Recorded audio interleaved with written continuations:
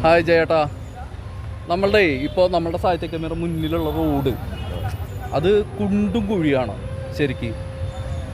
Correct ജനങ്ങളുടെ ജീവനും സ്വത്ത് സംരക്ഷിക്കാനായിട്ട് ഗവൺമെൻറ് ഒരുപാട് ഫൈനുകൾ ഈടാക്കുന്നുണ്ട് അല്ലേ? ഈ ഫൈനുകൾ പ്രായോഗികമാണോ ഇതുപോലത്തെ റോഡുകളുള്ളപ്പോൾ? റോഡുകളുടെ സ്ഥിതി ഇപ്പോൾ നമ്മളുടെ പല സ്ഥലത്തും പല രീതിയിലാണ്. ഇപ്പം നമ്മളിപ്പോൾ ഒരു സ്ഥലത്തൊക്കെ പോയി കഴിഞ്ഞാൽ ഗൾഫ് കൺട്രീസിന് അതിശയിക്കുന്ന വിധത്തിൽ റോഡൊക്കെ അത്രയും പെർഫെക്റ്റ് ആയിട്ട് കിടക്കുന്നതാണ്.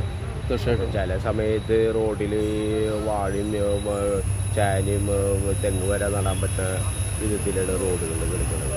അപ്പോൾ പൊതുവിലൊരു ഏകീകൃത ഉപരിതല ഗതാഗത സംവിധാനം ഇതുവരെ ആയിട്ടില്ല. പക്ഷേ അതിനെ ഒരു ഏകീകൃത രീതിയിലേക്ക് കാര്യങ്ങൾ എത്തിക്കാൻ ശ്രമിക്കേണ്ടത് അതത് സംസ്ഥാനത്തെ സർക്കാരുകളാണ്. കാരണം